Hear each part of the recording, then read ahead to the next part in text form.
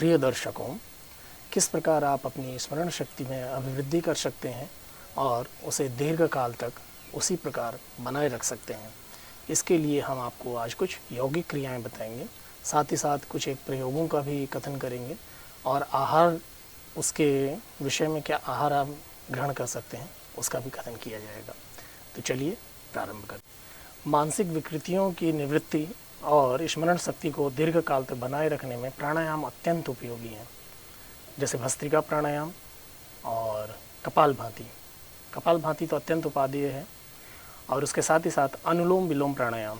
अनुलोम विलोम प्राणायाम जब आप करते हैं तो दाएं स्वर से जब आप श्वास को अंदर लेते हैं तो उस समय आपका बायां मस्तिष्क का भाग, और जब आप बाएं से श्वास अंदर लेते हैं तो उस समय आपका दाहिने मस्तिष्क का भाग सक्रिय होता है। तो इन दोनों भागों के परस्पर संतुलित होने से मनुष्य के जो भाव हैं, संवेग हैं और जो तार्किक क्षमता है, इन दोनों में परस्पर एक संतुलन सा आ जाता है, जिससे मस्तिष्क संबंधी समस्त विकृतियां समाप्त हो जाती हैं और स्मरण शक्ति तीव्र होने लगती है। तो चलिए प्राणायाम को प्रारंभ करते हैं। ये भस्त्रिका प्राणायाम है। इसमें तीव्र गति से श्वास को अंदर लेना और छोड़ना है। इस प्रकार इस क्रिया को आपको 2 से 3 मिनट तक अवश्य करना है। ऐसा करने से आपके मस्तिष्क की समस्त सिराएं खुल जाएंगी और उनमें भली प्रकार से ऑक्सीजन का संचार होने लगेगा। फलतः एकाग्रता और स्मरण शक्ति में वृद्धि हो जाएगी। तो इस प्राणायाम को अवश्य करें। कपाल भाति। कपाल अर्थात मस्तिष्क, भाति मतलब प्रकाश। तो वह क्रिया जो मस्तिष्क को प्रकाशित कर देती है वह कपाल भाति कहलाती है। अनुलोम विलोम प्राणायाम। दाहिने नासिका से श्वास को अंदर लें, बाईं नासिका से छोड़ें, फिर बाईं नासिका से श्वास को अंदर लें और दाहिनी नासिका से श्वास को छोड़ें। इस प्रकार इस क्रम को करते रहें। यह प्रक्रिया आपको 3 से 5 मिनट करनी चाहिए। इससे मस्तिष्क के दाएं और बाएं भाग दोनों का संतुलित रूप से कार्य प्रारंभ हो जाता है। तो इसे अवश्य करें। जीवन में स्थिरता के अभाव के कारण मानसिक स्थिरता नहीं हो पाती है।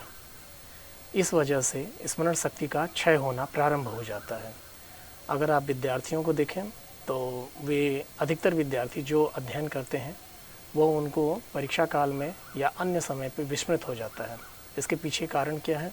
तो मस्तिष्क की शिराओं का भली प्रकार से पोषण न होना। तो इसका पोषण किस प्रकार से होगा? तो उसके लिए हम आपको कुछ यौगिक क्रियाएं बताएंगे। सर्वप्रथम हम आपको कुछ आसन बताते हैं, जिनमें शीर्षासन, सर्वांगासन और हलासन अत्यंत उपयोगी हैं। इन आसनों को आप करके जो रक्त का संचार है वो मस्तिष्क की ओर जाने लगेगा। मस्तिष्क की नसों को ऑक्सीजन इत्यादि प्राप्त होने लगेगा और वे जो वहाँ की सेल्स हैं वे सक्रिय हो जाएंगी। और इस प्रकार से आप जो भी पढ़ेंगे या किसी भी कार्य को करेंगे वो आपके दिमाग में दीर्घकाल तक स्मृति के रूप में विद्यमान रहेगा।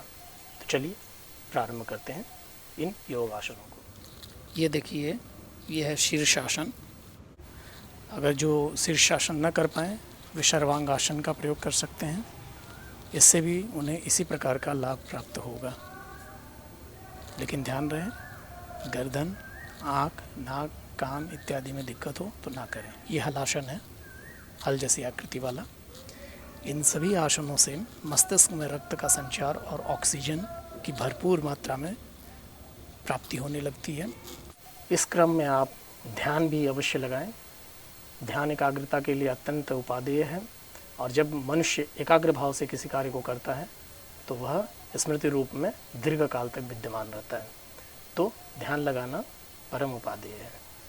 ध्यान की प्रक्रिया में आपको क्या करना है? आप किसी भी चित्र को, किसी भी प्रतिमा को या किसी भी वस्तु को अपनी दृष्टि पटल के ठीक सामने रखें, न ऊपर न नीचे, एकदम ठीक सामने। दृष्टि पटल जहाँ आपकी दृष्टि पड़ती है उसके ठीक सामने आपको उस वस्तु को रख देना है और कुछ समय तक, लगभग 1 से 2 मिनट तक उस वस्तु को आप देखते रहिए।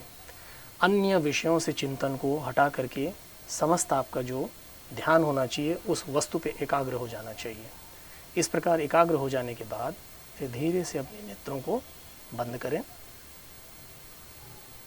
आप देखेंगे कि वही वस्तु आपको दृष्टि में आपके आ रही है। इस प्रक्रिया को आप प्रतिदिन 5 से 10 मिनट अवश्य करें। इस ध्यान को लगाने से आपकी जो मस्तिष्क की शिराएं हैं वे सक्रिय होने लगती हैं, उनकी कार्य प्रणाली में अभिवृद्धि होती है और स्मरण शक्ति तीव्र होने लगती है। एक अन्य अनुभूत प्रयोग है जिसका मैंने स्वयं भी अनुभव किया है और प्रयोग भी किया है। वे विद्यार्थी या अन्य व्यक्ति जो किसी वस्तु को भूल गए हैं या फिर परीक्षा में बैठे हुए हैं और परीक्षा काल में आपको याद नहीं आ रहा है, तो आप अपनी अनामिका उंगली, ये तीसरी उंगली, इसकी अग्रशिरा को भ्रुकुटी मध्य पे इस प्रकार से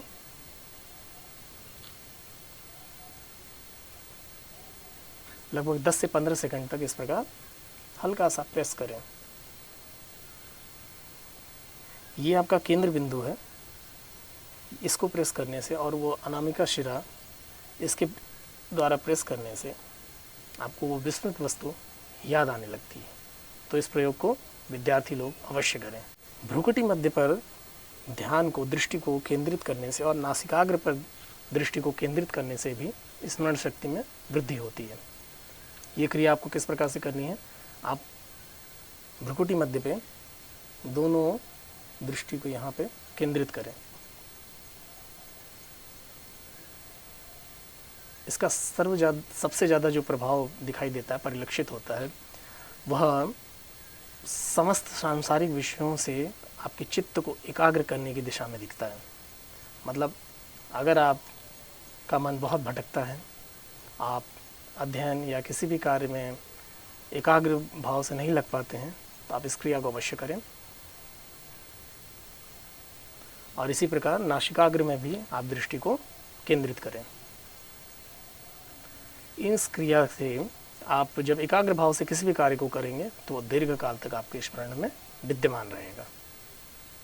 आपको बस ये जानना आवश्यक है कि मस्तिष्क की शिराओं को, उनके सेल्स को, कोशिकाओं को अगर ऑक्सीजन भली प्रकार से नहीं प्राप्त होगा तो ये कार्य भली प्रकार नहीं कर पाएंगे।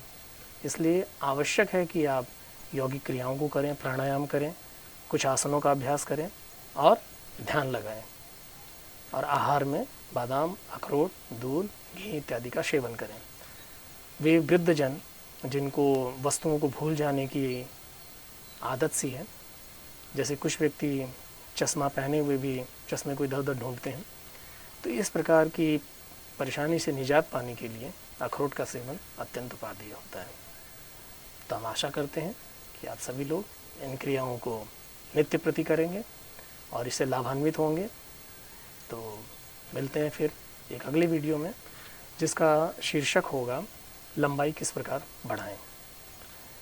मेरे को अनेक सह छात्रों ने संपर्क किया और क्योंकि उनकी अवस्था युवावस्था में थे, वो 16 से 18-20 वर्ष की उम्र के वे छात्र हैं, तो लंबाई को लेकर के वे अत्यंत चिंतित थे। तो मैंने कहा कि क्यों ना अगला वीडियो इसी पे बनाया जाए। तो मिलते हैं उस अगले वीडियो में, तब तक के लिए इजाज़त दें। नमस्कार।